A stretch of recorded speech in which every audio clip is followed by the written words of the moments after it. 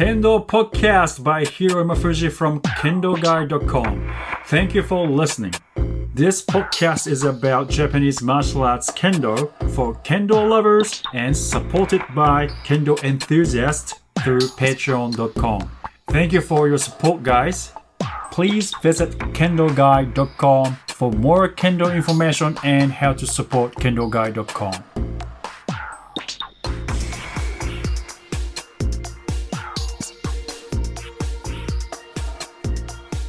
Welcome to Kendo Podcast episode 8. This is actually second take, and the first take, it has a lot of static noise. This beginning was fine, but towards the end, it started having very annoying static sound for I don't know why. I hope it's not related to my new computer. I got a new computer because my old computer was not working well to edit video. So I got a new computer just dedicated to Kendo editing and Kendo video editing and audio. So I hope this works well and I can work more so you can have more Kendo videos and podcast. Okay, in this episode, I would like to share an article by Kendo Nippon magazine. It's Toda sensei talks about some Shiai. And he's talking about particularly tsuba-zeriai, and they are doing some special articles on tsuba-zeriai. And Toda sensei's article is basically focusing on to make the Shiai of Kendo even better. So he is based on that. That is his main topic. And if just in this episode, this article is on Kendo Nippon magazine. Issue is 2016 April issue and number 482. Number 482. So if you are a subscriber of Kendo Nippon magazine, that's the issue. And Toda sensei's article is page 64. Just in case you don't know Toda sensei. Toda sensei was born in 1939, and I think, if I'm correct, he is about 77 years old this year as of 2016. He is Hanshi 8th Dan, the highest grade in Kendo, and he was very famous for Jodan. He won All Japan Championship twice by his Jodan, and he is now famous for Nito, two swords technique. He has two swords in his hands.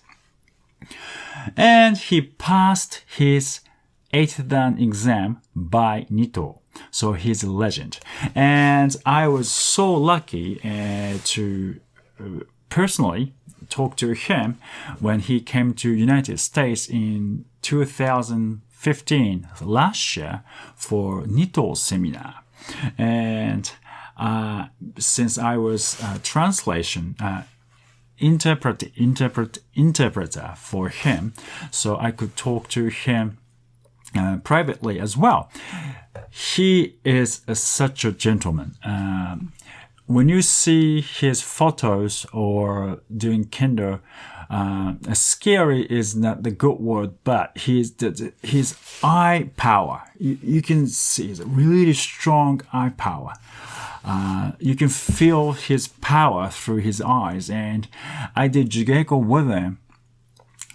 It's like, he's not big guy. I was actually surprised. I thought he was huge, but he's not big.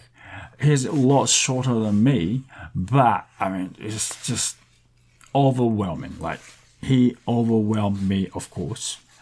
And yeah, that was such an experience. And he was very, very gentleman. And his passion for Kendo is great. I was really lucky to talk to him personally and work with him for his interpreter. So, and I found this, his article, so I just couldn't help reading. And of course, I agree with his view. So I would like to share his view with you. Okay. He talks about tsuba-zeriai, and a study showed, he said in his article, he said a study shows that most of the time in Shiai is spent on tsuba-zeriai. This study is, he said, gakusei means students, but usually when we talk about gakusei, it's about university students in Japan. So I think it's about a study on university students tournaments or matches. And he thinks it is not only university students. Everyone spent a lot of time on tsuba-zeriai. And his view, his ideal kendo is, this is in page 65, his ideal kendo is without tsuba-zeriai. Kendo without tsuba-zeriai. That's his ideal kendo. And I would like to introduce the principle of ippon for him. Ippon should be created. I think it's created is or happen. Ippon should happen. Or caused by sufficient seme. Seme is like pressure. And hataraki kake. Okay, so ippon should be done with sufficient seme and hataraki kake. Hataraki kake is very difficult to explain. It depends on what he means by that. It could change the word, the meaning. But I would like to think, well, I think hataraki kake is what you do to your opponent. So, long explanation short, set up. You have to set up so you can execute your strike. And that strike hopefully will be ippon.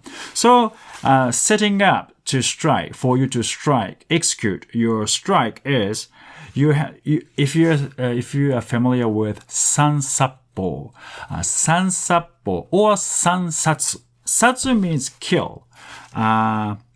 So there are three killings needed in order for you to execute strike is one, you have to kill the shinai or ken.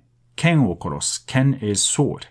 So kill the sword of your opponent and kill the techniques of your opponent and kill the ki energy, energy of your opponent. So kill means it's dysfunction. So you have to make your opponents dysfunctional so you can execute your strike. And if you have your opponent's shinai right in front of you, you can't execute any techniques, right? Because all he has to do is just stretch out his arms, and here we go. You're getting tsuki. So you have to do something with his sword, and you have to do something with his techniques. So as long as he can execute techniques on you, you're vulnerable. You're in danger. So, and then if you killed ki energy, ki is internal energy. So if you can somehow reduce your opponent's energy, it's quite likely for you to win.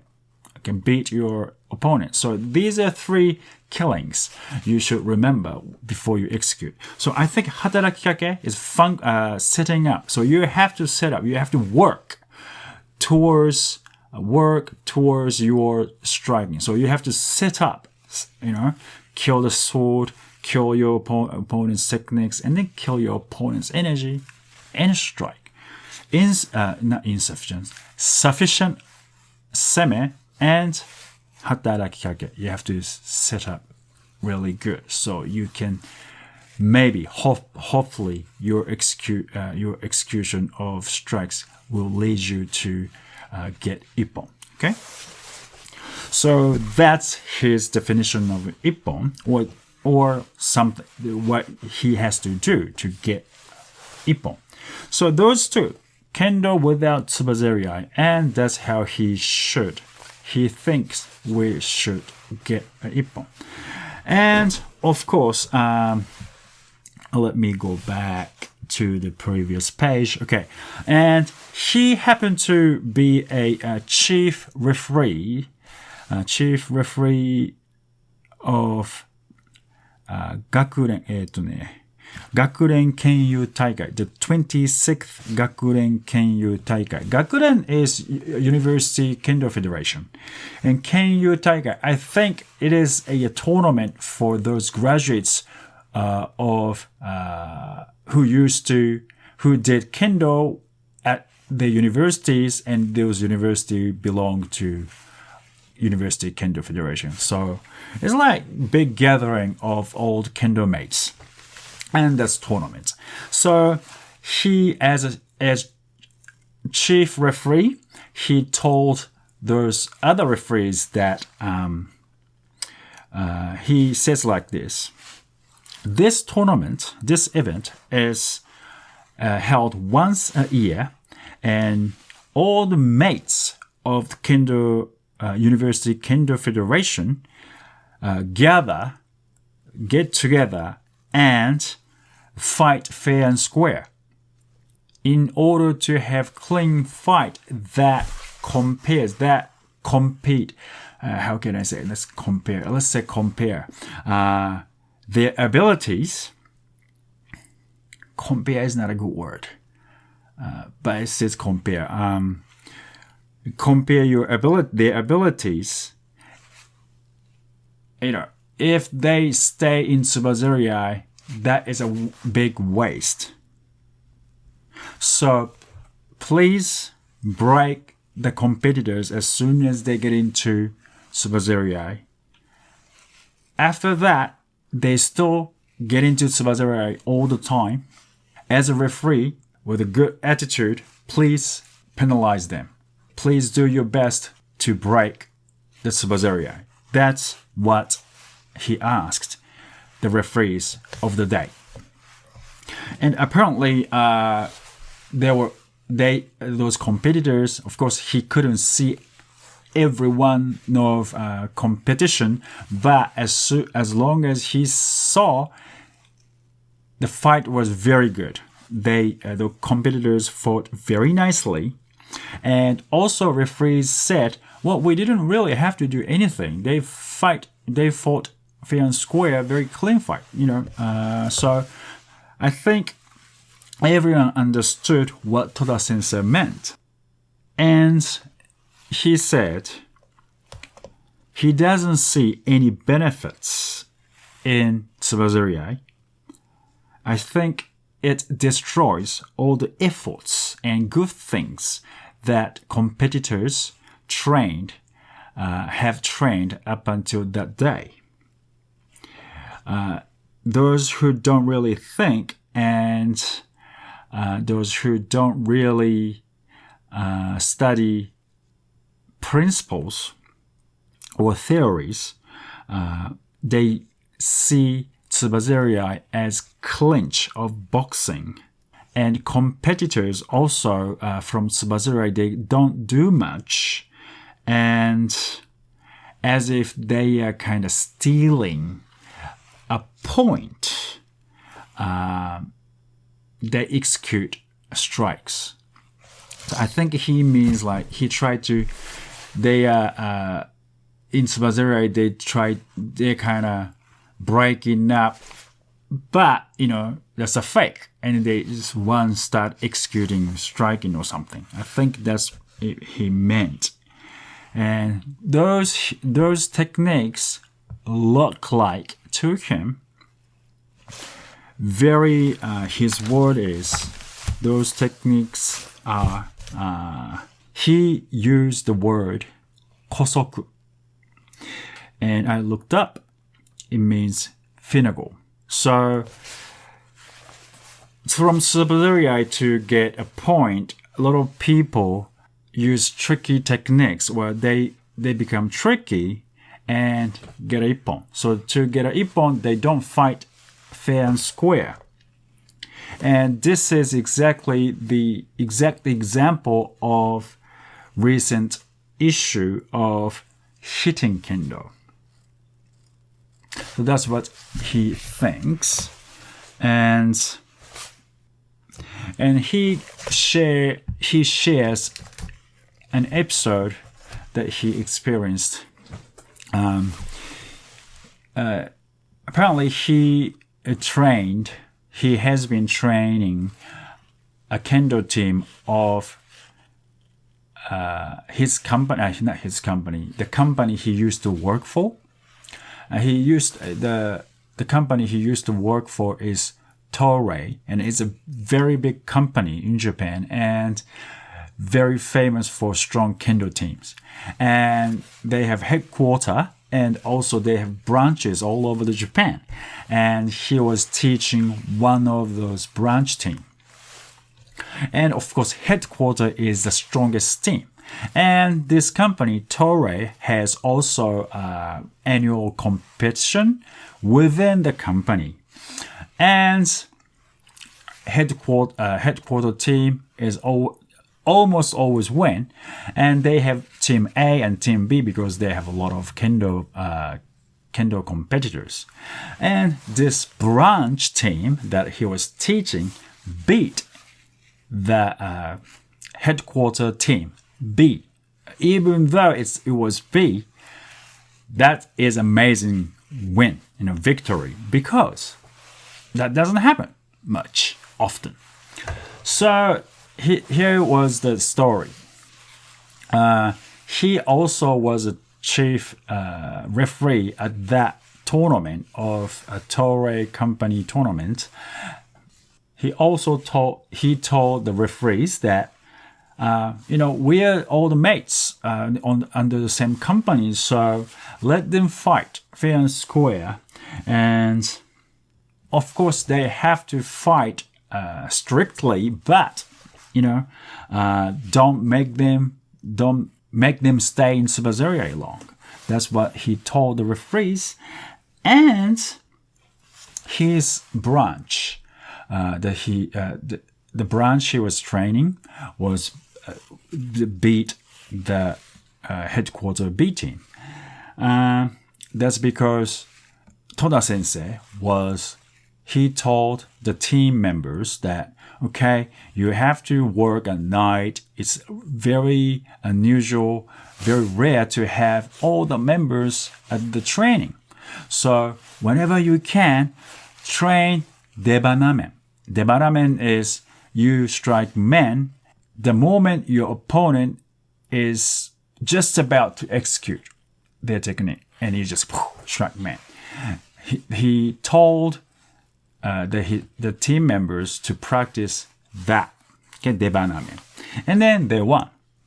So it's very interesting that strong team couldn't win without techniques from tsuba-zeriai when they are told not to do tsuba-zeriai. In Shiai, you don't know who's going to win and who's going to lose. Never know. So don't train techniques to win. I think that's what he means. And he was concluding this article that after World War II, Kendo was banned. And it came back as educational sport. And it's used to called Shinai Kyogi and Shinai competition. So it came back as sport.